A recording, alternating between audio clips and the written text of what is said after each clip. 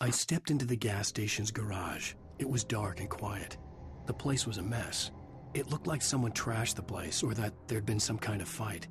Light spilled into the room through an open door at the back, and I made my way toward it. Without any warning, I was blinded by a bright light.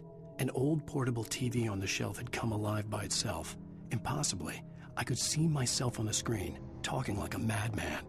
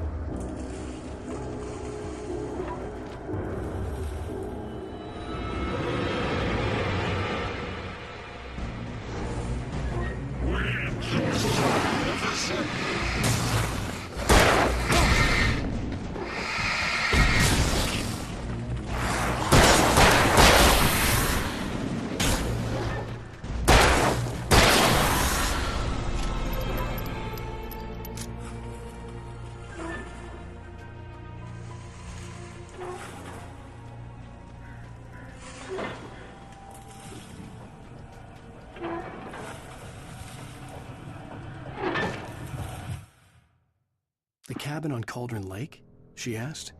The sheriff looked at me suspiciously. The early morning light flooded through the office windows. I would probably never have gotten out of the woods alive without her help, but I couldn't tell her the truth of what I'd faced the previous night. She'd think I was lying or crazy. She'd lock me up, and she wouldn't help me find her.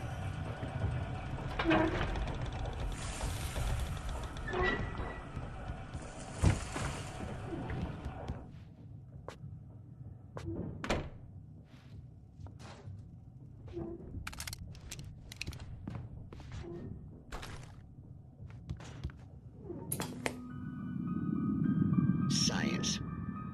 It bestows immortality on those who advance it to elevate all of mankind. Newton, Einstein, Sagan, princes among men. But the price for such a legacy is steep indeed. In Night Springs. Tonight's episode, a quantum suicide. If our lives are already written, it would take a courageous man to change the script. Having called a press conference, Dr. Barclay Colvin is about to demonstrate that very courage. Ladies and gentlemen of the press, I am Dr. Barclay Colvin, and I'm glad so many of you could join me here at the Moorcock Institute. Tonight, I'm going to give a practical demonstration of the many worlds interpretation. As you can see, this is a loaded 9mm pistol. It shall be part of a thought experiment. And now, a real experiment, known as a quantum suicide. Did he say suicide? Is that a real gun? He's kidding, right? Please, stay calm. There is no risk. Observe what occurs when I place the weapon against my own forehead. Now, you might think this round is merely a dud. Not so. Observe the flower pot. And yet, I myself cannot be harmed with this gun. With each pull of the trigger, two new realities branch off. One in which the weapon didn't fire, and one where it did. With my machine here, I have ensured that this reality is always the former. I have bestowed upon myself quantum immortality. Under no circumstances can this gun kill me. So wait. What you're saying is that every time you pull the trigger, in another reality, you die? Yes, of course, but that's completely trivial. There's an infinite number of things that could happen at any moment, and they always do happen somewhere. The point is, this one thing did not happen here. You're insane, Colvin. Insane? Insane? Hey, was this thing supposed to be plugged in? I stumbled on it. You fools! Gaze upon quantum immortality.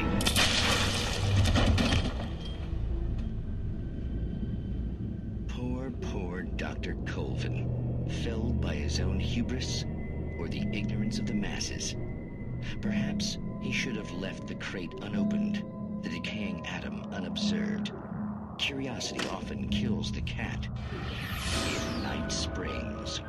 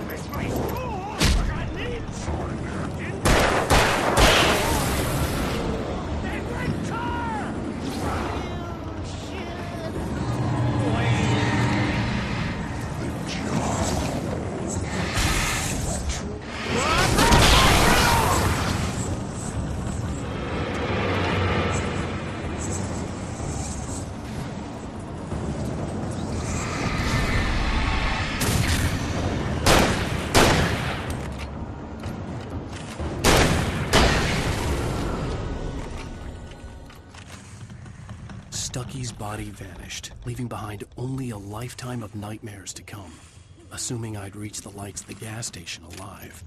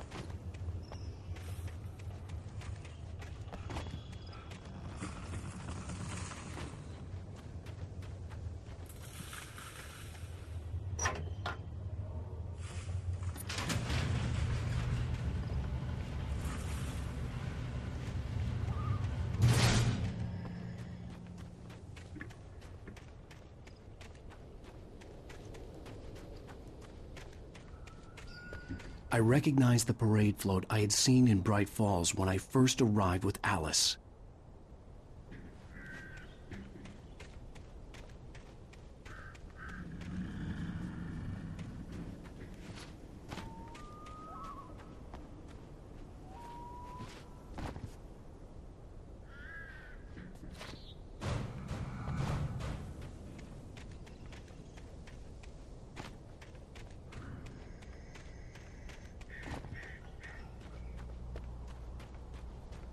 After the insanity I had just experienced in the darkness, the lights of the gas station felt comforting. At least for a moment, the sane world reasserted itself.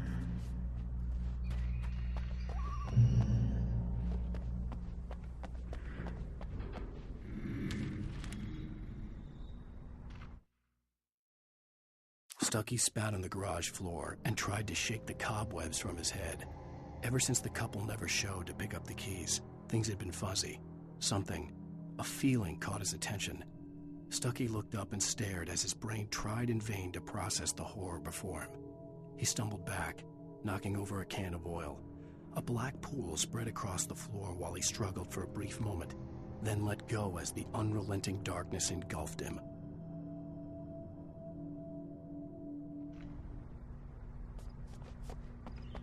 The Deer Fest had been 2 weeks away when we arrived. If the day count on the banner was right, I was missing a whole week between the night we got here and now.